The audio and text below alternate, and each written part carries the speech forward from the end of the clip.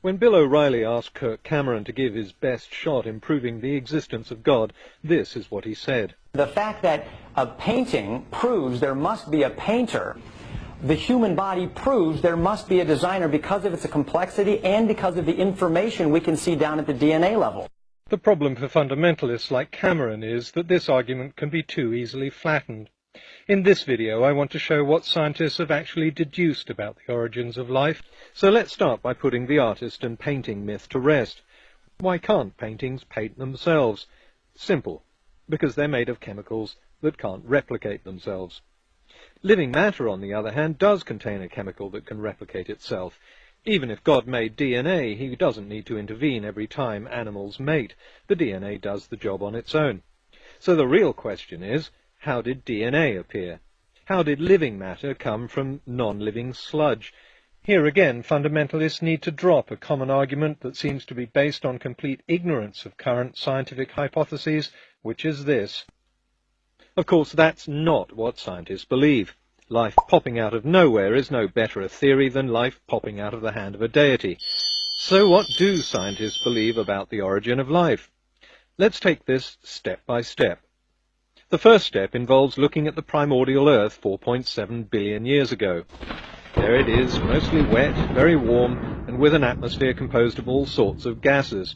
Hydrogen, hydrogen cyanide, methane, and ammonia among them. DNA is a long-chain molecule made from just 4 different types of nucleotide. So the first question is, where did the nucleotides come from?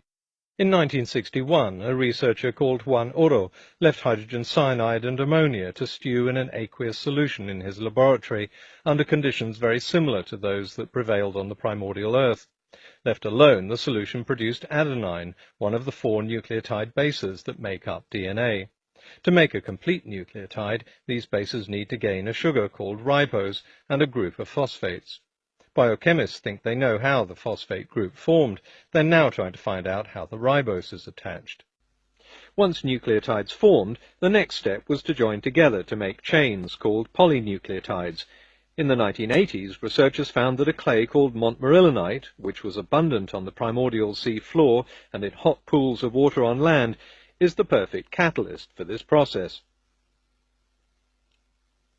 Some of these long polynucleotide chains, like ribonucleic acid or RNA, are able to make copies of themselves. The copies aren't always perfect. Mistakes creep in, but some imperfectly copied molecules would have been better adapted to the environment than others. These successful molecules continue to replicate and pass on their traits, while weaker or less well-adapted molecules would have broken apart. As RNA molecules replicated themselves, they shared their environment with other chemicals that thrive in montmorillonite clay.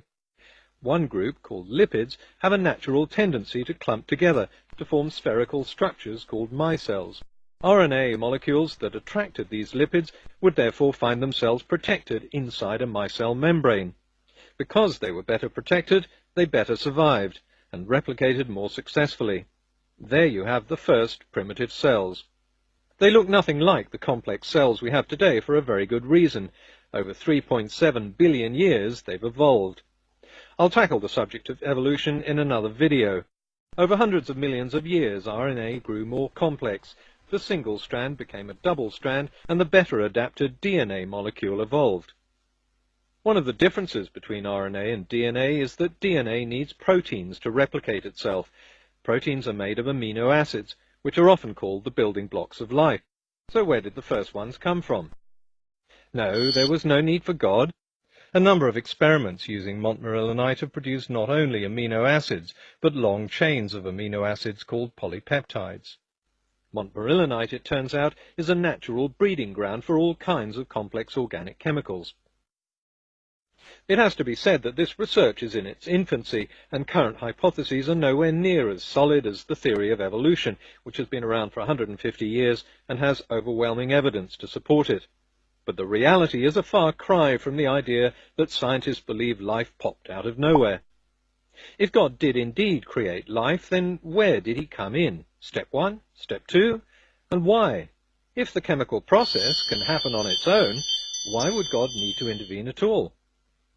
Before I go, I just want to look at a couple of other hoary old arguments that have been used and which also show a complete ignorance of science. Really?